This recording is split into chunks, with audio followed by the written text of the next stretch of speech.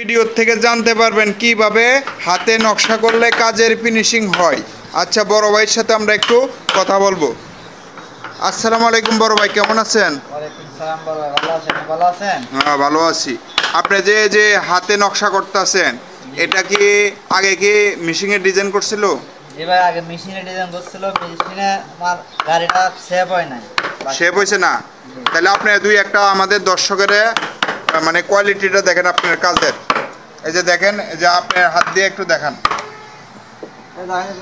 আচ্ছা, আগে এটাই দেখেন, পরে দর্শকের ওইটাই বোঝান যে হাতের কোয়ালিটিটা আমি বলতেছি। মনে হয় মালটা মোটা না? হ্যাঁ, মোটা। মনে হয় বাড়াই দিয়ে এখন এটা ফাটাই দেবো, তাই দেখি এই দেখেন কিরকম একটা ফিনিশিং এটাছে। আচ্ছা, আপনি যেটা করা হয়েছে ওই মালটা দেখেন।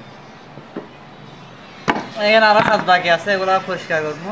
এই যে দেখেন দর্শক, এই কাজটা দেখেন, এই কাজটা দেখেন কি নিখুঁতভাবে আপনি কাজটি মানে চিকন কাজ করা হয়েছে। আর যখন আপনার মিশিংয়ে কাজটি করাবেন, মিশিংয়ে যে দেখেন এটা মিশিংয়ে কাজটাও করা হয়েছিল। এই যে দেখেন, একটু লক্ষ্য করেন হাতের দিকে, ফিনিশিংটা আপনার তেমন একটি হয়েছে না। আপনার দাঁড় রয়েছে, ভাঙ্গা রয়েছে, কাজ মানে নকশাটি মোটা মোটা রয়েছে। আর এই নকশার বাঁশটা দেখেন, এই যে এটার বাঁশটা দেখছেন আপনি কি সুন্দর চিকন, ওপরে একটা শির আছে, এটা একটা শির আছে। আর এটার ভিতরে একটু কাজ বাকি রয়েছে, কি এই জায়গায় আপনার গোলাপ হবে, এর জায়গায় গোলাপ হবে, এই জায়গায় গোলাপ হবে। কাজটা দেখেন অনেক একটি নিখুঁত ফিনিশিং বোঝা যাইতেছে। এমনকি আপনার ফাইবারগুলো দেখা যাইতেছে যে এই জিনিসগুলো আপনার হচ্ছে ফাইবার, এই জিনিসগুলো ফাইবার। এই যে আবার এই যে আপনি লক্ষ্য করেন একটা জিনিস, এই যে এগুলোর ভিতরে কোনো ফিনিশিং হয়েছে না। আচ্ছা, আপনি নকশা করেন, আমাদের দর্শক আপনার নকশার কোয়ালিটিগুলো দেখবে।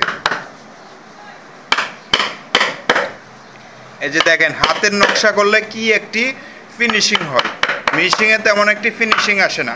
ফিনিশিং মালের ভিতরে যদি হয়, আপনার যখন বার্নিশ করবে, বার্নিশের পরও আপনার মালটি অনেক সৌন্দর্য দেখা যাবে। আর যখন আপনার ফিনিশিং হবে না, তখন আপনার বার্নিশ করলেও আপনার ফিনিশিং মানে ভালো দেখা যাবে না, এমনকি সৌন্দর্য বাড়বে না।